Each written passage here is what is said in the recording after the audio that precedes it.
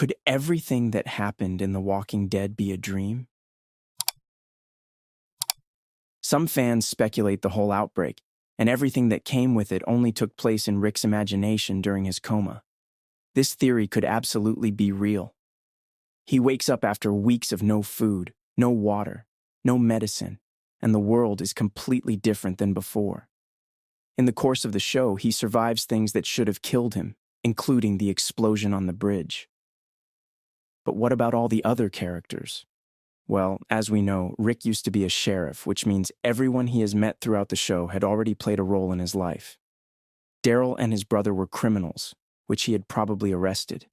He could have met Carol through an emergency at her house as Ed had abused her. Sasha used to be a firefighter. Glenn used to deliver pizzas. Abraham and Rosita worked for the military. Tara was a cop. Negan was a sports teacher. Maybe Carl's sports teacher. Alpha abused Lydia, so maybe Rick had to go to their house too. And every other villain could be people Rick had already arrested once. Of course, there are various different characters, which takes a little realism of this theory, but have you never met a new person in your dreams? Have you ever watched The Walking Dead and wondered why walkers could get so close to characters without them turning around? Walkers are constantly growling and are basically dragging themselves rather than walking, so they are not particularly quiet. A theory says that every character is partially deaf due to the constant gunfire without proper ear protection. An example for this is when Rick had to fire a shot in a tank, which surely didn't do any good to his hearing. This was a popular theory before Carl died in Season 8. People believed that Carl is the real main character of the show, and that as an old man, he tells his grandchildren the whole story we see in the show. This would explain why Rick Grimes is often portrayed as heroic. We see Carl's whole journey from being a child to growing up and adapting in the new world.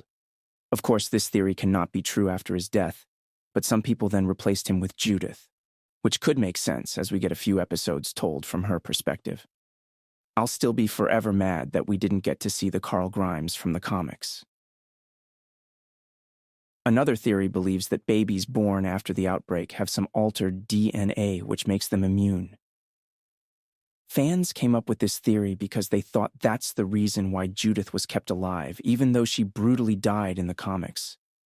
But that would simply mean that the virus would just disappear after about 2 generations. However, this theory was disproved in Fear the Walking Dead. Morgan comes across a couple who have kept their baby in a box after it died and turned. In Rick's house, we see the whole American Morse code alphabet on the wall. As Negan comes to Alexandria, he brings Daryl, who he had captured, with him. Daryl seemed to be blinking rapidly and acted weird. Rick's focus wasn't on Negan either.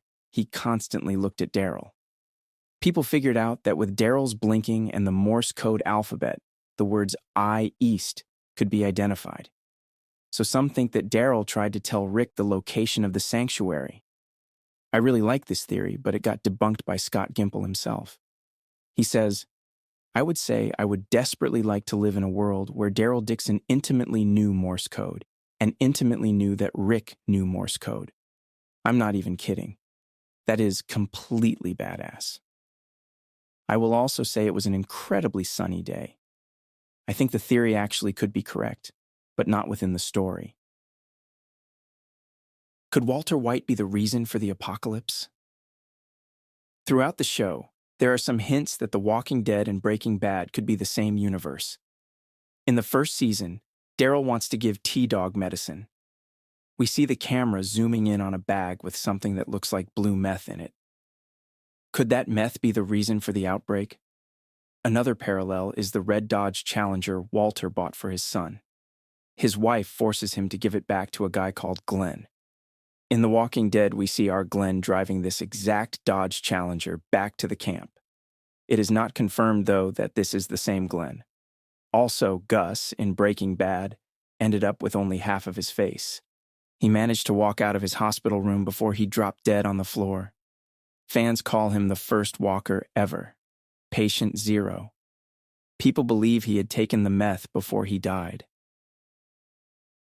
One of my favorite theories is Rick Grimes being immune. That fact would make him an even more valuable character to the show than he already is. But how could this work? Shane had seen the medical equipment shutting down and couldn't find Rick's heartbeat. Of course, this theory requires Shane's honesty. But if it was true, then Rick must have been dead.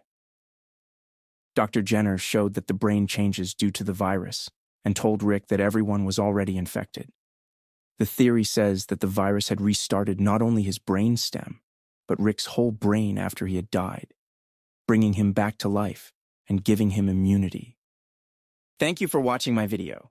I'd appreciate a like and subscribe. Tell me about your favorite fan theory in the comments.